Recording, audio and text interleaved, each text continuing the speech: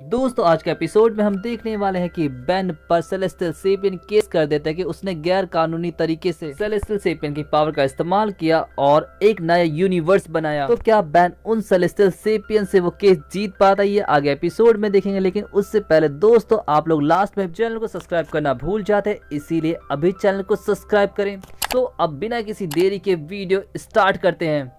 दोस्त एपिसोड की शुरुआत बेलवुड की सुबह से होती है। रुक और बेन गश्त पे निकले होते हैं। बेन बोलता है, जब से मैंने एलियन एक्स की मदद से यूनिवर्स को दोबारा बनाया तब से मिस्टर स्मूदी का वो ग्रेट फ्लेवर पूरी तरीके से बदल गया है। जिस पर रुक बोलता है, हो सकता है मिस्टर स्मूदी ने अपनी रेसिपी बदल ली हो। जिस पर बेन बोलता है, तुम्हें अब तक विश्वास नहीं है ना कि मैंने एलियन एक्स से यूनिवर्स को दोबारा बनाया है। रुक बोलता है, क्योंकि मुझे क्या, किसी को भी इस बारे में कुछ भी याद नहीं है। तभी मिस्टर बोमन का ट्रक रुक के ट्रक को ठोक देता है और तेजी से वहाँ से निकल जाता है। जिस पर बेन बोलता है, जरूर कोई गड़बड़ है, और रुक पीछा करने लगता है। मिस्टर बोमन के ट्रक को कुछ ही दूर पर जाकर बेन रोक लेता और बोलता है, क्या आप ठीक है मिस्टर बोमन? पर तभी पीछे से फिस्टिक निकलता और बोलता है, हाँ बिल्कुल, अब दफा हो जाए यहाँ से, और बोमन को कार चलाने के लिए कहता है। जिसके बाद बेन बोलता है, इतनी जल्दी फिस्टिक बाहर कैसे आ गया? कोई बात नहीं, मैं इसे वापस जेल में भेज दूंगा। और बेन यहाँ पर अपने आप को डीटो में ट्रांसफॉर्म करके तुरंत मिस्टर वोमन की कार पर कूद जाता और बेन फिस्टिक के हमले से बचता हुआ किसी तरीके से अंदर कार में घुस जाता और बोलता कि मेरे दोस्त वोमन से दूर रहो। जिस पर मिस्टर वोमन कहता है कि यहाँ से चले जाओ बेन, तुम चीजों को और बदतर बना दोगे। पर तभी बेन का टाइम आउट हो जाता है और फिस्टिक बेन को एक्सीलरेटर पे पटक देता है, जिससे उनकी कार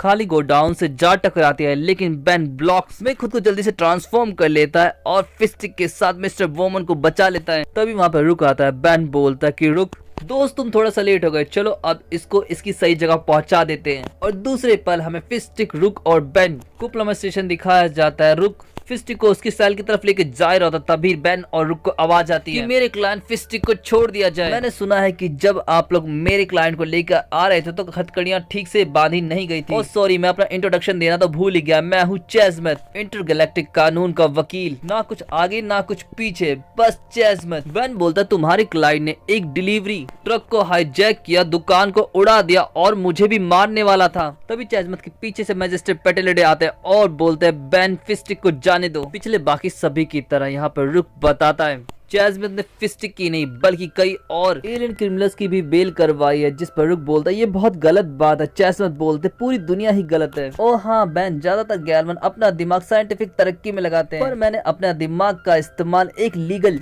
वकील बनने में लगाया। और आज के टाइम में किसी भी गैलेक्सी के किसी भी प्लैनेट के लॉस में लूप होल ढूंढकर मैं उसका फायदा उठाना बखूबी जानता हूँ। और सबके साथ सही इंसाफ होना चाहिए। कभी मेरी जरूरत पड़े तो मुझे बुला लेना। और अपना कार्ड बेन को देकर वहाँ से निकल जाता है। बेन बोलता है, ऐसा कभी नहीं होगा चेजमत, और कार्ड जेब में रख लेता है। रुक बोलता है, बेन उम्मीद करो कि हमें इसे बार बार टकराना ना पड़े। लेकिन होता ठीक इसका उल्टा है। बेन जब भी किसी क्रिमिनल को पकड़ता तो चेजमत आकर उसे बचा लेता। ऐसा ही एक एलियन जब मिस्टर स्मूदी को लूट रहा होता तभी वहाँ पर बेन और रुक पहुंचते हैं और बस उसे पकड़ने वाले ही होता तभी वहाँ पर चेजमत आता है और बोलता है कि तुम मेरे क्लाइंट को ऐसे परेशान नहीं कर सकते। जिस पर रुक कहता है, लेकिन वो अभी इस दुकान को लूटने वाला था। चेजमत बोलता है, अपनी बात को साबित करके दिखाओ। जिस पर बेन बोलता है, पता है चेजमत, तुम जैसे घटिया लोगों की वजह से ही वकील बदनाम होते हैं। चेजमत बोलता है, बेन वकील पहले से ही बदनाम है, और क्या पता तुम्हें भी कभी इस बदनाम वकील की जरूरत पड़ जाए। बेन बोलता है, ऐसा कभी नहीं होगा। लेकिन तभी सेलेस्टियल सेपियन का लीडर अपनी टीम के साथ वहाँ पर पहुँचता है और बोलता है, बेन टेनिसन, तुमने क्या सोचा तुम अपने सेलेस्टियल सेपियन की पावर का इस्तेमाल करके यूनिवर्स को रिक्रिएट करोगे और हमें पता भी नहीं चलेगा? बेन रुक की तरफ देखकर बोलता है, मैंने बोला था ना। सेलेस्टियल सेपियन का लीडर बोलता है कि तुम्हें अब उसकी कीमत देनी पड़ेगी, तो कैलकुलेशन के लिए तैयार हो जाओ। और ये कहकर बेन को अपने साथ ले जाता है। बेन की जब आंखें खुलती है तो वो खुद को इंटरगैलेक्टिक कोर्ट में पाता है, जहाँ पर बेन वर्सेस यूनिवर्स का केस चल रहा होता है। यहाँ पर बेन को जज डोम स्टॉर्म बताता है कि बेन, तुम पर आरोप लगाया गया है कि तुमने अपने सेलेस्टियल सेपियन की पावर का इस्तेमाल करके अपनी मर्जी से रियलिटी को चेंज किया, जिसकी वजह से मल्टीवर्स प्रिजर्व एक्ट टूटा है। बेन बोलता है, आप तो मुझे जानते हो मिस्टर डोम स्टॉर्म, मैं हूँ बेन टेनिसन, जिसने कई बार यूनिवर्स को बचाया है। डोम स्टॉर्म बोलता है कि मैं जानता हूँ कि आप कौन हो, लेकिन ये मेरे हाथ में नहीं है। इसमें पूरा यूनिवर्स शामिल है और ये एक हाई प्रोफाइल केस है जिसमें यूनिवर्स के सभी एलियन शामिल है और हम उनके वोट के थ्रू जजमेंट देंगे और उस वोट की काउंटिंग इस पैरामीटर से की जाएगी और इसके साथ ही एक लकी वोटर को मिलेगा ग्रैंड प्राइज। तो बैन तुम्हारे पास कोई वकील है कि वो भी हम अरेंज करेंगे? जिस पर बैन कहता है मैं वकील कहाँ से लाऊं? तभी उसे चैजमत की याद आती है। बैन तुरंत चैजमत का मेल बॉक्स खोलता और बोलता कि मुझे तुम्हारी हेल्प चाहिए चैजमत, प्लीज मेरी हेल्प करो। तभी चैजमत वहाँ पर आता और बोलता कि मैंने तुम्हारा केस ले लिया, तुम लकी हो, मैंने आज तक कोई केस नहीं हारा। जिस पर बैन बोलता कि तुमने इंटरगैलेक्टिक कोर्ट में कितने केस लड़े? जिस पर चैजमत जवाब देता है तुम्हारा वाला पहला है। जिसके बाद पहले गवाह के तौर पर मिस्टर बामन को बुलाया जाता है और जज टॉम स्ट्रॉम बोलते हैं जरा अपने दिमाग पर जोर दीजिए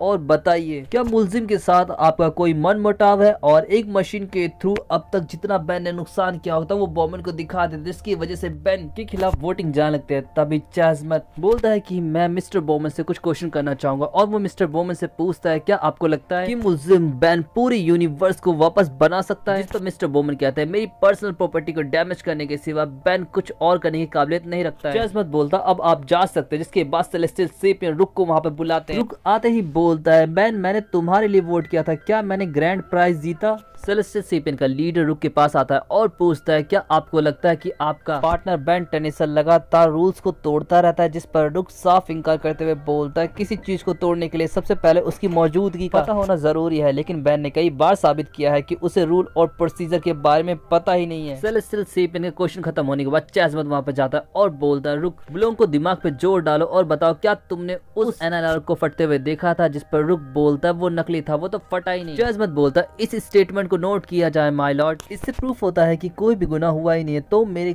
क्लाइंट पे लगा हुआ सभी के सभी आरोप झूठे हैं और पहली बार यूनिवर्स बैन के हक में वोटिंग करता है। जिसके बाद सेलेस्टियल सेपियन बोलता है कि मुझे इस बार बेंजामिन कर्बी टेनिसन से कुछ सवाल पूछने और वो बैन के सामने स्मूदी रखकर बोलता है कि आप ये पिए और इसका टेस्ट बताएं, क्या ये पहले जैसा है? बैन पहले तो मना करता है लेकिन जज के कहने पर बैन को वो स्मूदी पीना पड़ता है और बैन जब उस स्मूदी का एक सिप लेता है तो सेलेस्टियल सेपियन बोलता है क्या आपको इसमें कुछ अलग लगा बेंजामिन कर्बी टेनिसन? बैन रोते हुए मानता है कि उसने जब सेलेस्टियल सेपियन की पावर से यूनिवर्स बनाया तो वो परफेक्ट नहीं कर पाया। चैजमत बोलता है घबराओ मत बच्चे, ज्यादा से ज्यादा तुम्हें भरपाई करनी पड़ेगी। जिस पर बैन बोलता है भरपाई का मतलब होगा पूरी यूनिवर्स की तबाही। चैजमत बोलता है इतना मत सोचो, मेरे पास उसके लिए प्लान बी भी है। और यहाँ पर चैजमत बोलता है जैसा कि एलियन भाइयों आप लोगों को पता ही है कि सेलेस्टियल सेपियन अपनी पावर का इस्तेमाल करके बार बार यूनिवर्स को बदलते हैं। उन्होंने खुद 3 बार द ग्रेट एजमत को भी बदला है और क्या पता वो इस समय भी यूनिवर्स को चेंज कर रहे हो। अगर सेलेस्टियल सेपियन का यूनिवर्स को चेंज करना ठीक है तो बैन कैसे गलत हो सकता है? आप खुद सोचिए माय लॉर्ड और वोटिंग कीजिए और वोटिंग के थ्रू जब रिजल्ट आता है तो वो बैन के खिलाफ होता है। जज साहब बोलते यूनिवर्स ने जवाब दे दिया और बेंजामिन कर्बी टेनिसन तुम उन्हें गलत लगते हो और तुम हेलोप्लेक्स 7 प्लेनेट के सकार तुमने जीता एक चमचमाता हुआ स्टार। जिस पर चैजमत